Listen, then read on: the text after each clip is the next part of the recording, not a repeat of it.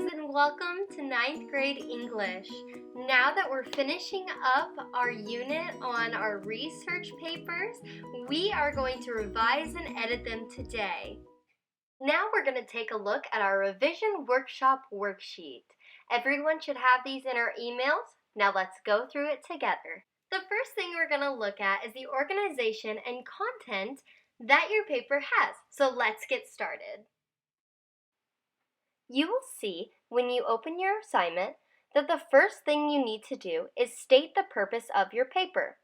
This is easy because it should be your title. List your main points, which are found in your intro, elaborated on in your body paragraphs, and reflected on in the conclusion. If you do not know what your main points are, go back through your essay and figure it out. Main points are a vital part of essays, and you really need to make sure that you can point out the main points that you are trying to make. Next, you need to state your intended audience. This is important so that you can use the proper word choice for the audience that you are writing to. Next, we're going to make sure that your paper is organized. So you need to change the colors of your introduction to red, the color of your body paragraph to green, and then you're going to change the conclusion to blue. This will help make sure that all of your paragraphs are separated and organized. Now that your introduction is read, let's take a look at it. Let's start off by looking at number 7. You will highlight all the background information in your introduction. You do this to make sure that all of your information is relevant and you're not rambling on. You can highlight it in any color that you would like, and if you don't have any background information, well, this is a sign that you should put some in. In a different color, highlight your thesis. We went over thesis for an entire lesson, but if you still have questions, feel free to look back at your notes or come talk to me. You need to make sure that your thesis is clear and concise. It should be an overview of what your audience is about to read. Now, number 9. In yet another color, you are going to highlight your hook. Your hook should grab the attention of your readers and really pull them in to what you're about to tell them. Now that we're done looking at our introduction, let's take a second and look at the body paragraphs. Let's take a look at number 10. You're going to start off by highlighting your sources. You should have a minimum of 5 sources.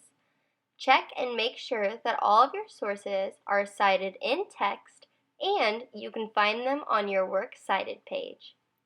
In a different color, now you will highlight your transition words and you're going to list them below.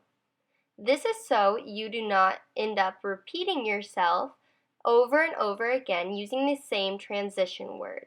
If you see a transition word on your list that is there more than 2 or 3 times, you should probably consider going back and changing those words to something different.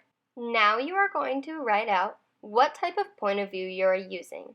This is important because we want to make sure that you are using the same point of view throughout your essay. Writing it down and then looking through it will help you recognize when you are using the wrong point of view. Make sure that tone, diction, and syntax are all visible throughout your essay.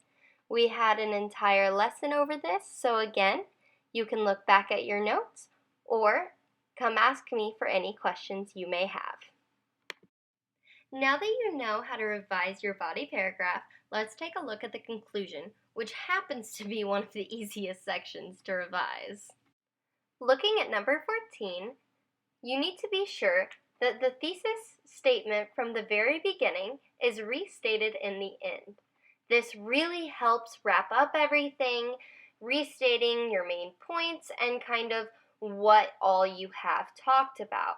This makes sure that the reader leaves your essay knowing exactly what they read.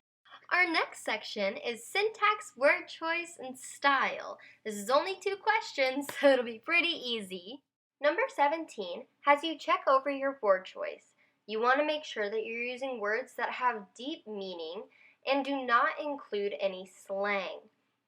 Remember who your audience is and make sure that all of your word choice and syntax used is directed towards them. You don't want to speak over anybody's heads, and you don't want to talk to somebody like they're lower than you. And that is why it is important to use proper word choice. Word choice and syntax should come pretty easily to you since we had a lesson over it. You can either look back at your notes or feel free to come ask me if you have any questions. Up next, we have to get down to some basics, so let's take a look. Number 19 may seem a little tedious and silly, but we need to make sure that spell check is on so you do not miss any points for spelling. Next, we're going to check and make sure that our grammar and punctuation is correct. We're going to do this by going on to Grammarly.com. Everyone will create a login with our school emails. It's a free site and I can help you set up your page if you need me to. Everyone will enter their paper into the site and make any changes necessary from the results it gives you. This is great because sometimes we make mistakes that even our peers do not recognize, that the computer will see for us. The last section that we have to look at is our sources. So let's jump right in. You want to check and make sure that all of your sources are over the same topic. Why does this help us? Because if your sources are over different topics, then it's likely that you are not staying on task and your essay is not getting the point across. In MLA format, you have to write all of your sources in alphabetical order. That is why in number 22, you will start by writing the beginning letter of each source. If a letter is repeated, then write the first two letters. And then if the first two letters are repeated, repeat the first three, and so on.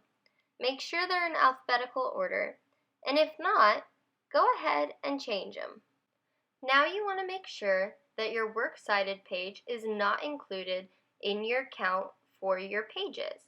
You need a minimum of 3 pages, not including your works cited. And now we can look at the final part of our worksheet. Now, on your very colorful draft, we are going to have you delete all the spaces between paragraphs and make it one big paragraph. Make sure you remember where your paragraph started, but you are going to read through it either out loud to yourself or with a friend, and you are going to make sure that there are no awkward pauses or any spaces that just don't go together. If you find yourself in this situation, just make some changes to make it flow.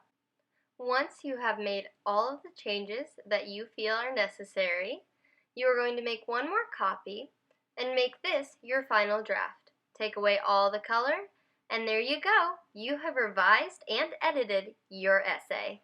That is our revision workshop worksheet. You guys now have the tools that you need in order to ace this essay. So I'm going to let you guys have your time. I am here as a resource to you. If you need anything, let me know and I will get back to you as soon as possible if we're not in school. If not, I'm right here. All right, thank you guys.